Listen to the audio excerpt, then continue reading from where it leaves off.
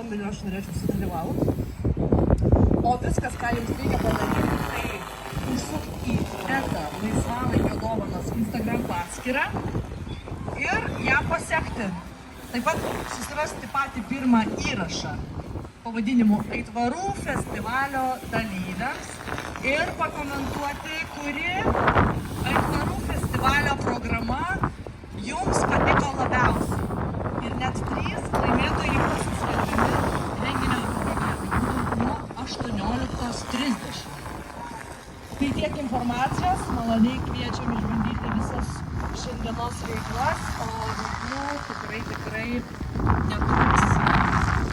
Tai aitvarų, vėjo gaudyklių, skraidančių lėktuvėlių.